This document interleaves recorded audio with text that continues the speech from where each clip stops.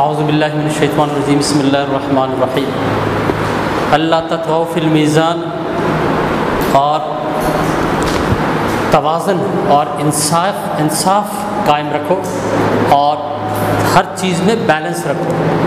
अल्लाह ताला सूरह रहमान में फरमाते हैं कि इंसाफ के साथ तोलो और हर चीज़ में बैलेंस रखो, किसी के साथ कोई ज़्यादती ना हो। अल्लाह ताला ख़ुद मुनसिफ़ है और हमें भी ये हुक्म देता है कि अल्लाह तत्गौ फिल मीज़ान, जब तोलो तो इंसाफ के साथ, बराबरी के साथ तोलो, ना किसी को ज़्यादा दो ना किसी से कम दो। ये एक हुक्म है अल्लाह ताला का। ओके बेटा, let's start very important topic of this chapter unit 10 acid base and salt. Exam में हर साल आता है, इसको मैं ज़रा डिटेल से करवाऊँगा और अच्छी तरीके से कर लो। मैट्रिक में भी आता है, फर्स्ट ईयर में भी आता है, इसके प्रॉब्लम्स भी हैं, तो इसको ज़रा देख लो। pH एंड POH स्केल, हम मालूम करते हैं कि कोई सब्सटेंस कितना एसिडिक है या कितना बेसिक है। तो पीटर सोरेनसन ने 1909 में एक स्केल बनाया, उस स्केल को कहते हैं हम pH स्केल, और उसकी रेंज होती है 0 से 14 तक, और it is used to measure the acidity और बेसिसिटी ऑफ अ सॉल्यूशन। कोई भी सॉल्यूशन आपके पास कितना एसिडिक है या कितना बेसिक है, उसको हम इस pH स्केल से मेजर कर सकते हैं। So Peter Sorensen in 1909 proposed a scale for the measurement of strength of an acid and base. Acid and base, acid को मैं यहाँ पे रेड कलर दूंगा और बेसिस को मैं यहाँ पे ब्लू कलर दूंगा। pH एंड POH, इनका एक स्केल दिया। यहाँ पर जो P है, इसका मतलब है पावर या पोटेंस या पोटेंशियल, ताकत, कितनी हाइड्रोजन आयन है, कितना हाइड्रोक्सिलाइन है सॉल्यूशन में। So P stand for potence, that is potential to be, and H means acidic, कितने सॉल्यूशन में कितने हाइड्रोजन आयन है, फॉर हाइड्रोजन आयन। सिमिलरली अगर सॉल्यूशन बेसिक है तो उसमें कितने हाइड्रोक्सिलाइन मौजूद है। तो जितने ज़्यादा नंबर ऑफ हाइड्रोजन आयन मौजूद होंगे उसका pH उतना कम आएगा, मतलब उसकी वैल्यू 0, 1, 2 और 3 के दरमियान आएगी, मतलब हाइड्रोजन आयन ज़्यादा है। तो अगर pH आपके पास 0.1 या 1 आ रही है तो इसका मतलब सॉल्यूशन में हाइड्रोजन आयन कंसंट्रेशन बहुत ज़्यादा है।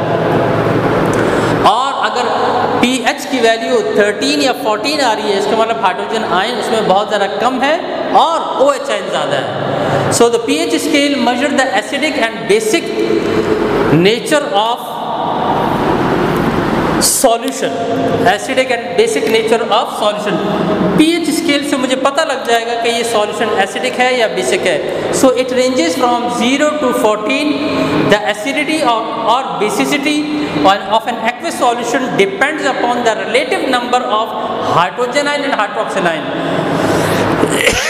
हम ये मालूम करने की कोशिश करेंगे कि इस सॉल्यूशन में कितने हाइड्रोजन आयन हैं या कितना हाइड्रोक्सिलाइन है। अगर हाइड्रोजन आयन की कंसंट्रेशन ज़्यादा होगी तो सॉल्यूशन को हम कंसीडर करेंगे it is acidic in nature.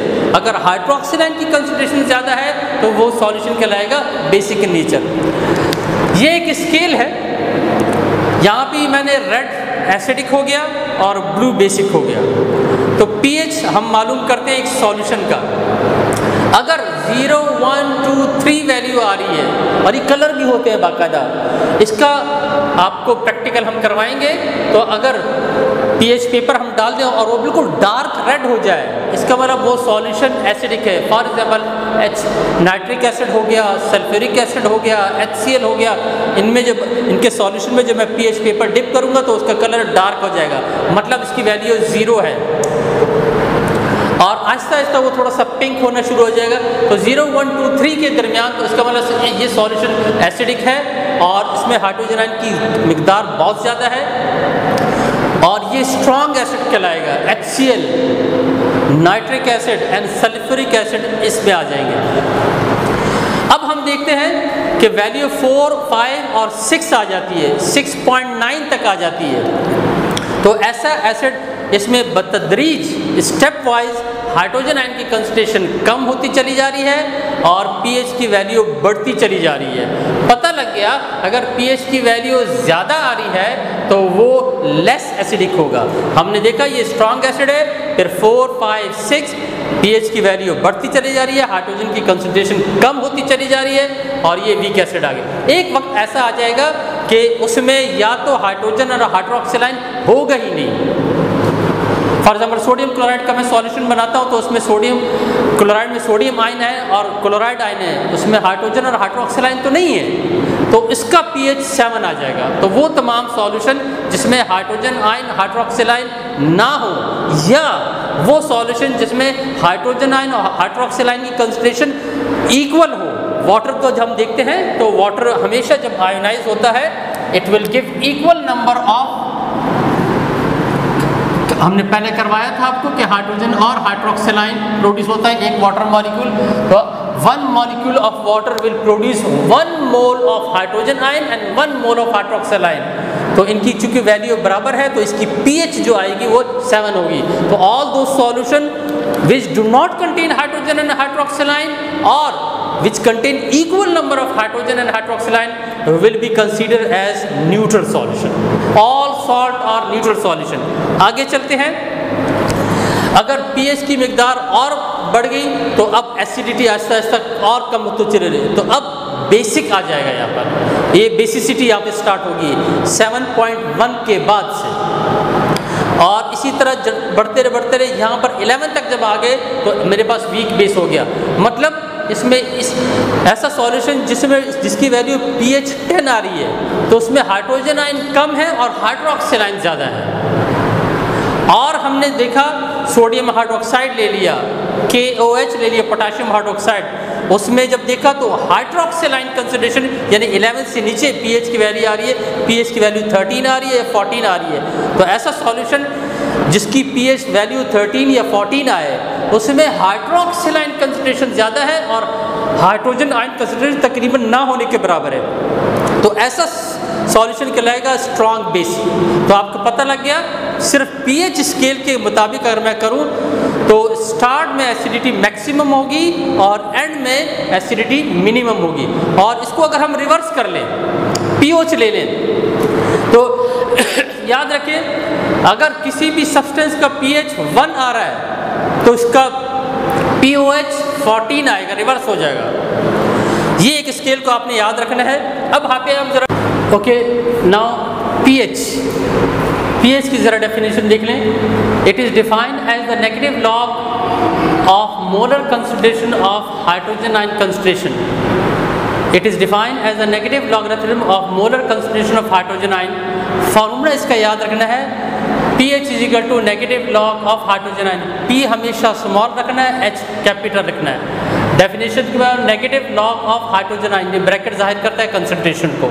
So according to this scale the pH of water is calculated. हम वाटर की pH कैलकुलेट करते हैं, देखते हैं कितना आता है। तो फार्मूला लगाया हमने pH is equal to negative log of hydrogen ion concentration. Water में हाइड्रोजन आयन और हाइड्रोक्सिल आयन कंसंट्रेशन बराबर होता है।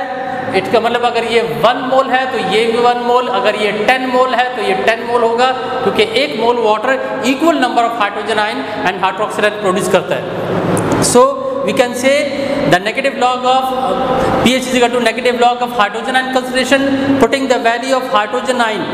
हाइड्रोजन आयन हम कंसीडर कर लेते हैं 10⁻⁷ है, तो 1 × 10⁻⁷ is hydrogen ion concentration in water. pH को हमने रेड से जाहिर किया क्योंकि मैं एसिडिटी मालूम कर रहा हूँ। सो नेगेटिव लॉग ऑफ ये बेस जो होता है इसको 1/10⁻⁷ हो, ऊपर ले जाओ तो 10⁻⁷ हो जाएगा। लॉग की बेस अगर 1 हो, लॉग की बेस अगर 10 है तो इसका मतलब ये इक्वल है 1 के, तो लॉग हम हटा देते हैं, इसकी जगह 1 लगा लेंगे और ये पावर जो सा है ये आ जाएगा 10⁻⁻, 10 कैंसिल हो गया बेस के साथ क्योंकि लॉग बेस की लॉग की 10 की वैल्यू मेरे पास 1, तो -7 माइनस माइनस प्लस pH 7 आ गया। pH 7 आ गया, इसका मतलब वाटर न्यूट्रल है। पहले मैंने आपको बताया अगर 0 से लेकर 6.9 तक आता है हाइड्रोजन आयन तो वो एसिडिक है, लेकिन यहाँ पे pH कितना आ रहा है वाटर का 7, इसका मतलब इसमें इक्वल नंबर ऑफ हाइड्रोजन और हाइड्रोक्सिल आयन है, ये सॉल्यूशन न्यूट्रल है। ये बात होगी pH की, एसिडिटी की। इसी तरह अगर हमारे पास कोई बेस हो तो उसका हम pOH मालूम करेंगे। So we can define the pOH, again P छोटा लिखना है बेटा, O और H बड़ा लिखना है। So it is defined as the negative log of the molar concentration of hydroxyl ion. Formula उसी तरह ये हो जाएगा। यहाँ पर एसिडिक के लिए हमने H लगाया था, यहाँ पर हाइड्रोक्सिल आयन के लिए हम OH लगा लेंगे, बेस के लिए हम OH लगा लेंगे। So POH is equal to negative log of hydroxyl ion concentration. देखिए यहाँ पे OH है तो यहाँ पे भी OH आ रहा है, यहाँ पर जब H आ रहा है तो यहाँ पर भी H आएगा।